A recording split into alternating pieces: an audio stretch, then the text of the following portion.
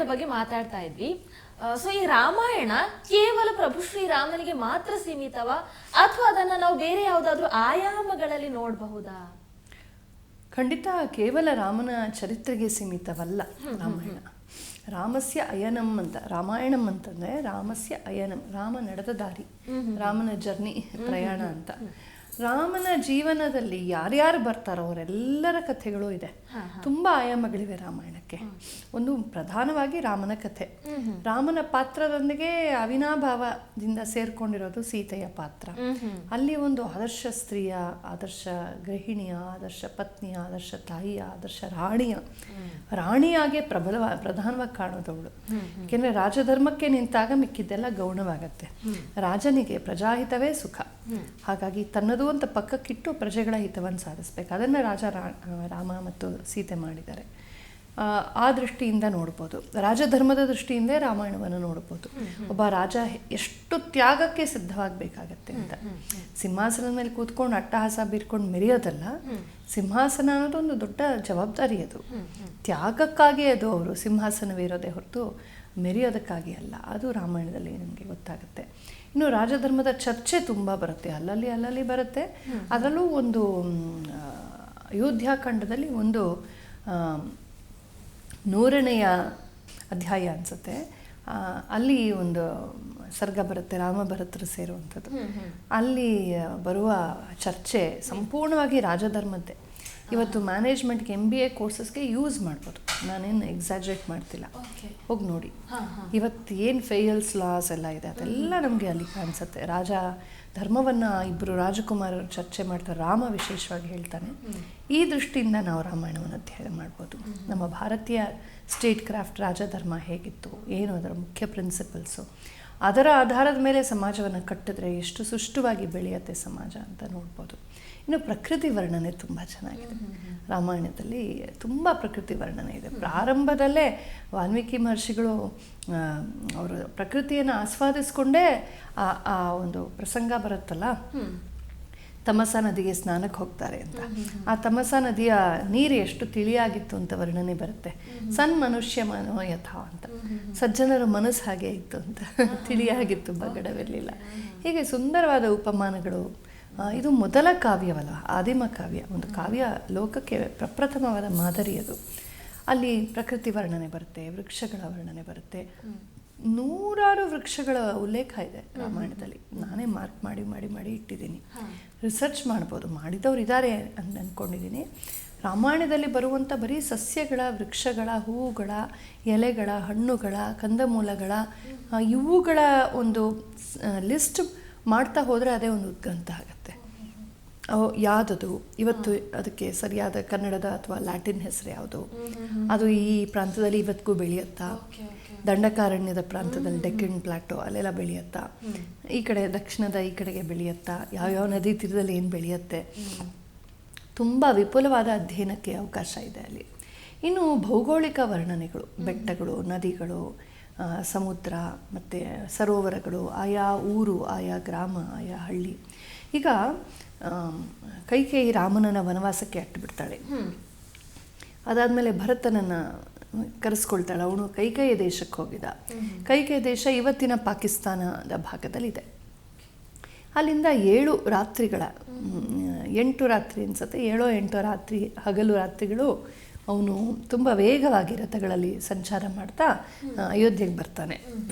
ಆ ಜಾಗದಲ್ಲಿ ಒಂದು ಇಡೀ ಅಧ್ಯಾಯದಲ್ಲಿ ಭರತ ಹೆಂಗೆ ಬಂದ ಅಂತ ಹೇಳುವಾಗ ಎಷ್ಟೆಷ್ಟು ದೂರ ಅವನು ಕ್ರಮಿಸ್ತಾ ರಥದಲ್ಲಿ, ಅಲ್ಲಿ ನಮಗೆ ಆ ರಥ ಎಷ್ಟು ವೇಗವಾಗಿ ಚಲಿಸ್ತಿತ್ತು, ಪರ್ ಕಿಲೋಮೀಟರ್ ಎಷ್ಟು ದೂರ ಹೋಗ್ತಿತ್ತು ಅಂತ ಅಂದಾಜು ಸಿಕ್ಕತ್ತೆ.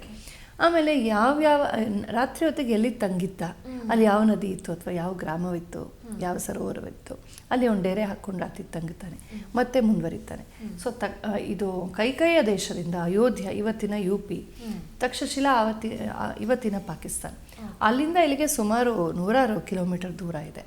ಅದನ್ನು ಅವನು ಕ್ರಮಿಸುವಾಗ ಕೇವಲ ಭರತ 8 ಹಗಲು ರಾತ್ರಿಗಳು ಕ್ರಮಿಸ್ಕೊಂಡು ಬಂದ ಅಂತ ಒಂದು ವಾಕ್ಯದಲ್ಲಿ ಮುಗಿಸೋದಿಲ್ಲ, ವರ್ಣನೆ ಮಾಡ್ತಾರೆ. ಇದು ವಾಲ್ಮೀಕಿಯ ವೈಶಿಷ್ಟ್ಯ. ಆ ವರ್ಣನೆಯಲ್ಲಿ ನಮಗೆ ಸಂಪೂರ್ಣ ಜಾಗ್ರಫಿ ಗೊತ್ತಾಗುತ್ತೆ, GPS ಮ್ಯಾಪ್ ಇದ್ದಾಗೆ ಗೊತ್ತಾಗತ್ತೆ.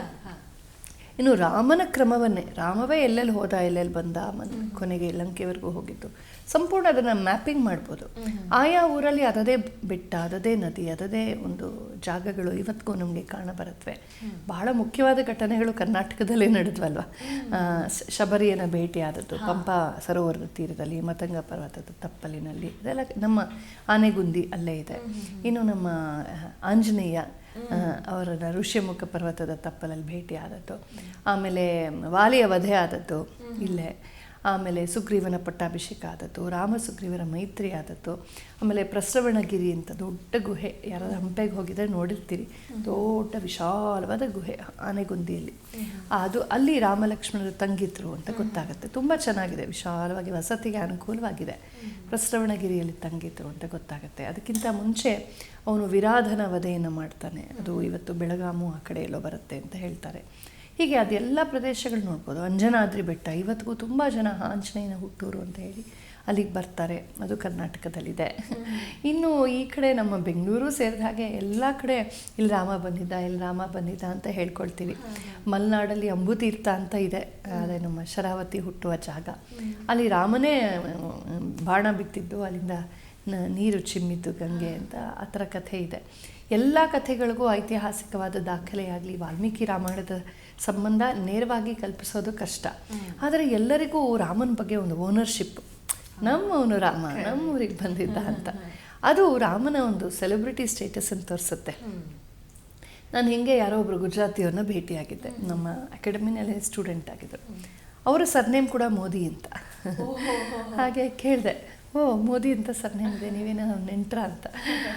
ಹಾಗೆ ಸುಮ್ಮನೆ ಕೇಳಿದೆ. ಅದಕ್ಕೆ ಇಲ್ಲ ಹಾಗೇನಿಲ್ಲ, ಬಟ್ ಇವತ್ತು ಗುಜರಾತಲ್ಲಿ ಇಷ್ಟು ದಿನ ಇಲ್ಲಿದ್ದವರು ಈಗ ಮೋದಿಜಿ ಚೀಫ್ ಮಿನಿಸ್ಟರ್ ಆದಮೇಲೆ, ಆಮೇಲೆ ಪ್ರೈಮ್ ಮಿನಿಸ್ಟರ್ ಆದಮೇಲೆ ಎಲ್ಲರೂ ನಾನು ಅವ್ರ ಅಕ್ಕನ ಮಗನ ತಮ್ಮನ ಹೆಂಡತಿಯ ಮಗ ಈ ಥರ ಏನೋ ಒಂದು ಸಂಬಂಧ ಕಲ್ಪಿಸ್ಕೊಂಡು ಹೇಳ್ತಾರೆ ಅಂತ ತಮಾಷೆಗೆ ಹೇಳ್ತಾರೆ. ಒಬ್ಬ ಶಕ್ತನಾದರೆ ನೆಂಟರೆಲ್ಲ ಇದ್ದರು ಅಂತ. ಹಾಗೆ ರಾಮನ ಶಕ್ತನಷ್ಟೇ ಅಲ್ಲ, ಜನಪ್ರಿಯ, ನಮ್ಮ ಹೃದಯದ ಪುತ್ಥಳಿ ರಾಮ. ಹಾಗಾಗಿ ಎಲ್ಲರಿಗೂ ರಾಮ ಅಂದರೆ ಇಷ್ಟ, ಆ ಸಂಬಂಧ.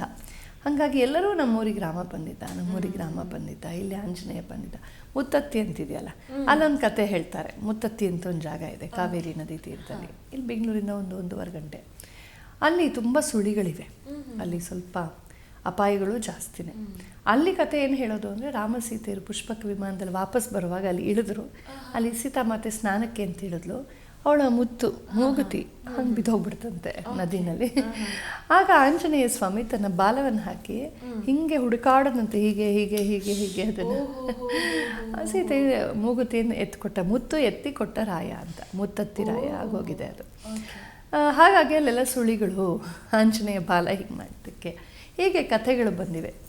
ಒಟ್ಟಿನಲ್ಲಿ ಇದಕ್ಕೆಲ್ಲ ಇನ್ಸ್ಪಿರೇಷನ್ ಸ್ಫೂರ್ತಿ ರಾಮಾಯಣವೇ ಆಗಿದೆ. ಅಷ್ಟು ವಿಪುಲವಾಗಿ ಪ್ರಕೃತಿ ವರ್ಣನೆ, ಅದನ್ನೇ ಸಪ್ರೇಟಾಗಿ ಡಿಸ್ಕಸ್ ಮಾಡ್ಬೋದು, ಅಷ್ಟು ವರ್ಣನೆ ಬರುತ್ತೆ ಪ್ರಕೃತಿ ವರ್ಣನೆ. ಹೇಮಂತ ಋತುವಿನ ವರ್ಣನೆ ಬರುತ್ತೆ. ನಮ್ಮಲ್ಲಿ 6 ಋತುಗಳು. ಈಗ ವೆಸ್ಟರ್ನರ್ಸ್ಗೆ 4 ಸೀಸನ್ಸ್ ಅಷ್ಟೇ, summer, winter, spring and rainy season. ನಮಗೆ 6 ಋತುಗಳು. ನಮಗೆ ಇದು 2 ಇದು ಚಳಿಗಾಲಗಳು, ಪೂರ್ವ ಭಾಗ ಆಮೇಲೆ ಉತ್ತರ ಭಾಗ, ಹೇಮಂತ ಮತ್ತು ಶಿಶಿರ ಅಂತ. ಹೇಮಂತದಲ್ಲಿ ಚಳಿ ಅಷ್ಟೇ ಬಂದಿರುತ್ತೆ, ಕಾರ್ತಿಕ ಆ ಕಾಲದಲ್ಲಿ ಶುರು ಆಗುತ್ತೆ. ಶಿಶಿರ ಮಾಸದಲ್ಲಿ ಅದು ತುಂಬ ಹೆಚ್ಚಾಗಿ ದಟ್ಟವಾದ ಒಂದು ಹಿಮಾವೃತ ಪರಿಸರ, ಹಿಮಾಲಯವನ್ನು ಭಾವಿಸೋ ಹಾಗಿದ್ದರೆ ತುಂಬ ಜಾಸ್ತಿ ಚಳಿ, ಮಾಗಿ ಕಾಲ, ಮೈಯೆಲ್ಲ ಒಡೆಯೋದು ಎಲ್ಲ. ಅದು ಕಳೆದ ಮೇಲೆ ಮತ್ತೆ ವಸಂತ ಶುರು ಆಗುತ್ತೆ. ಮತ್ತು ನಮ್ಮಲ್ಲಿ ಶರದ್ ಋತು ಅಂತ ಇನ್ನೊಂದು ಋತು ಇದೆ. ವರ್ಷ ಕಳೆದು ಚಳಿ ಆಗೋ ಮುಂಚೆ ಮಧ್ಯದಲ್ಲಿ ಶರದ್ ಋತು ಅಂತ ಒಂದು ಋತು ಇದೆ. ಅಂದರೆ ಇದು ಒಂಥರ ವಸಂತ ಕಾಲದ ಹಾಗೆ, ತುಂಬ ಆಕಾಶವೆಲ್ಲ ಶುಭ್ರವಾಗಿರುತ್ತೆ, ಮಳೆ ಇರಲ್ಲ, ಚಳಿ ಜಾಸ್ತಿ ಇರಲ್ಲ, ಮತ್ತು ಬಿಸಿಲು ಇರಲ್ಲ, ಹದವಾದ ಒಂದು ಪರಿಸರ. ಬಯಲಿನಲ್ಲಿ ಮಾಡುವಂಥ ಉತ್ಸವಗಳಿಗೆ ಅನುಕೂಲ. ಅದಕ್ಕೆ ಶರನ್ನವರಾತ್ರ ಎಲ್ಲ ಮಾಡ್ತೀವಿ ಆ ಕಾಲದಲ್ಲಿ. ಶರದ್ ಋತು, ಶರತ್ ಚಂದ್ರ ಅಂತ ಹೇಳ್ತೀವಿ, ಶರತ್ ಕಾಂತಿ. ಶರತ್ ಚಂದ್ರ ಅಂದರೆ ಶರತ್ಕಾಲದ ಚಂದ್ರನಿಗೆ ಏನೂ ಅಡ್ಡ ಇರಲ್ಲ, ಮೋಡಗಳೇ ಅಡ್ಡ ಇರಲ್ಲ, ಶುಭ್ರ ಆಕಾಶದಲ್ಲಿ ಕಾಣಿಸ್ತಾನೆ ಅಂತ. ಹಾಗೆ ಇದೆಲ್ಲ ಈ ಋತುವಿನ ಕಲ್ಪನೆ ಬೇರೆ ದೇಶಗಳಲ್ಲಿ ಇಲ್ಲ, ಬಹುಶಃ ಅವ್ರಿಗಿಲ್ಲ ಅನಿಸುತ್ತೆ. ಬೇರೆ ಬೇರೆ ಭೂಗೋಳದಲ್ಲಿ ನಾವಿರ್ತೀವಿ. ಕೆಲವ್ರಿಗೆ ಯಾವಾಗಲೂ ವಿಂಟರು. ಈಗ ಇಂಗ್ಲೆಂಡ್ ಹೋಗ್ಬಿಟ್ರೆ ಬರೀ ಯಾವಾಗಲೂ ಡ್ಯಾಂಪ್ ಆಗಿರುತ್ತೆ. ಇಡೀ ವರ್ಷದಲ್ಲಿ ಒಂದು ತಿಂಗಳು 1.5 ತಿಂಗಳು ಅಷ್ಟೇ ಅವ್ರಿಗೆ ಒಂದು ಸ್ವಲ್ಪ ಎಳೆ ಬಿಸಿಲು ಬರುತ್ತೆ. ಇಡೀ ವರ್ಷ ಯಾವಾಗಲೂ ಬಹಳ ಒಂಥರ ಒದ್ದೊದ್ದೇ ಪರಿಸರ ಇರುತ್ತೆ. ಸೊ ಈ ರಾಮಾಯಣದಲ್ಲಿ ನಾವು ಷಡ್ಋತುಗಳ ವರ್ಣನೆಯಲ್ಲಿ ವಿಶೇಷವಾಗಿ ಹೆಚ್ಚಾಗಿ ತುಂಬ ಕಾಣುವಂಥದ್ದು ಹೇಮಂತ ಋತುವಿನ ವರ್ಣನೆ. ಅದು ವಿವರವಾಗಿ ಅದರ ಬಗ್ಗೆ ಚರ್ಚೆ ಮಾಡ್ತಾರೆ. ರಾಮ ಲಕ್ಷ್ಮಣ ಸೀತೆಯರು ಆನಂದವಾಗಿ ಎಂಜಾಯ್ ಮಾಡ್ತಿರ್ತಾರೆ ಕಾಡಲ್ಲಿ. ಅವರೇನು ಅಳ್ತಾ ಕೂತ್ಕೊಳ್ಳಲ್ಲ 14 ವರ್ಷ. ಅಳೋದು ಒಬ್ಬ ಸಕಾರಾತ್ಮಕ ಚಿಂತಕನ ಸ್ವಭಾವವಲ್ಲ, ಆಪ್ಟಿಮಿಸ್ಟ್ ಅಲ್ಲ. ಏನೋ ಆಗುತ್ತೆ ಜೀವನದಲ್ಲಿ, ಏನೋ ಬರುತ್ತೆ, ಏನೋ ಹೋಗುತ್ತೆ. ಒಂದು ಸಲ ಪುರಸ್ಕಾರ ಸಿಕ್ಕತ್ತೆ, ಒಂದು ಸಲ ತಿರಸ್ಕಾರ ಸಿಕ್ಕತ್ತೆ. ಯಾಕೆ ಹೀಗಾಯಿತು ಅಂತ ಉತ್ತರ ಕೇಳಿದಾಗ ಬರೋದಿಲ್ಲ. ಕೆಲವೊಮ್ಮೆ ನಮಗಾಗುವ ಪುರಸ್ಕಾರಕ್ಕಾಗಲಿ ತಿರಸ್ಕಾರಕ್ಕಾಗಲಿ ನಿರ್ದಿಷ್ಟ ಕಾರಣ ಇರೋದಿಲ್ಲ. ಅದನ್ನು ವಿಧಿ ಅಂತಷ್ಟೇ ಹೇಳಬೇಕು. ಸುಮ್ಮನೆ ಅದ್ರ ಬಗ್ಗೆ ಕೀಳರಿಮೆ ತಾಳ್ಕೊಂಡು ಏನೋ ಬೇಜಾರು ಮಾಡ್ಕೊಂಡು ದುಃಖ ಪಡ್ಕೊಂಡು ಅಥವಾ ಆ ವ್ಯಕ್ತಿ ಮೇಲೆ ಬೇಜಾರು, ಇದು ಹುಚ್ಚುತನ, ಮೂರ್ಖತನ. ಎಲ್ಲ ಅಂದ್ಕೊಂಡಿದ್ದೆಲ್ಲ ಸಿಕ್ಕಬೇಕು ಅಂತೇನಿಲ್ಲ. ಸಿಕ್ಕತ್ತೆ, ಸಿಕ್ಕೋದಿಲ್ಲ, ಬರ್ತಾರೆ, ಹೋಗ್ತಾರೆ. ಟಿವಿ ವಿಕ್ರಮ, ದೇಶ ನಿಮ್ಮ ಕೈಯಲ್ಲಿ. ಈ ಕಾರ್ಯಕ್ರಮ ನಿಮಗೆ ಇಷ್ಟ ಆಗಿದ್ದಲ್ಲಿ ಲೈಕ್, ಶೇರ್ ಹಾಗೂ ಕಮೆಂಟ್ ಮಾಡಿ. ಟಿವಿ ವಿಕ್ರಮದ ಕಾರ್ಯಕ್ರಮಗಳನ್ನು ನಿರಂತರವಾಗಿ ವೀಕ್ಷಿಸಲು ಸಬ್ಸ್ಕ್ರೈಬ್ ಮಾಡಿ, ಬೆಲ್ ಐಕನ್ ಒತ್ತಿ.